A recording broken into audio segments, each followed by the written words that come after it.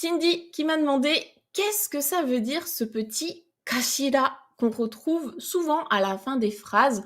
Je pense que tu l'as pas mal entendu peut-être dans des animés et probablement que ce sont des personnages féminins un petit peu raffinés qui ont utilisé ça. Donc kashira, effectivement, c'est quelque chose qu'on va pouvoir retrouver à la fin d'une phrase qui est considérée comme étant une particule de fin de phrase et qui va exprimer ton incertitude ou ton doute, mais c'est pas tout le monde qui va utiliser ça, parce que ça peut vraiment renvoyer une image un petit peu bizarre en fonction du profil de la personne. Donc, Kashira, déjà, qui est-ce qui va pouvoir utiliser ça? Comme je le disais, ça va plutôt être des personnages, enfin des personnes en fait, hein, de genre féminin. Les hommes ne vont pas utiliser ça. Et ça donne un côté un petit peu vieillot à ta manière de parler, un peu raffiné, j'ai presque envie de dire un peu prout-prout. Donc souvent dans les animés, ça va être soit des vieilles dames un peu bourgeoises, soit, tu vois, des princesses ou ce genre de choses. Dans la vie de tous les jours, on va pas l'entendre tant que ça. Ça peut, mais c'est pas forcément ce qu'il y a de plus courant. Donc, je te donne quelques exemples. Par exemple, après honto, donc qui veut dire vrai, quelque chose de vrai, de vraiment. Honto kashira. Je me demande si c'est vrai. Est-ce que c'est vrai ce truc? Donc kashira, tu peux le traduire par je me demande si, puisque ça traduit un petit peu ton doute ou ton incertitude.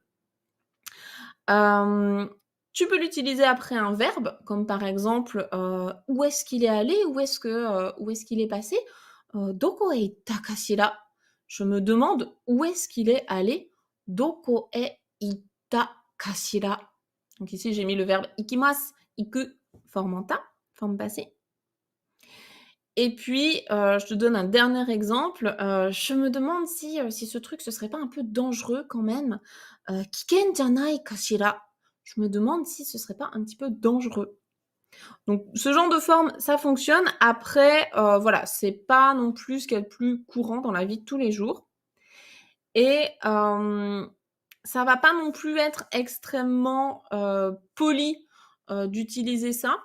On va pas trop l'utiliser, vis-à-vis de personnes, qui nous sont supérieures, hein, ça va plutôt être dans un cadre un peu, informel et par contre, si tu veux utiliser, ça, enfin, si tu veux exprimer cette incertitude, vis-à-vis de personnes, voilà, dans un contexte un petit peu plus formel, tu peux utiliser "deshouka" ou bien, "kana".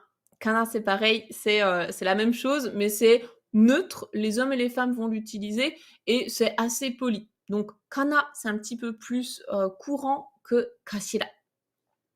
Et dernière chose, si jamais, vous êtes un homme et que vous voulez exprimer, comme ça cette manière de parler, vous pouvez utiliser "darouka". Donc ça, on l'entend assez souvent, hein, "darouka", c'est "deshouka", mais version un petit peu plus, familière et masculine.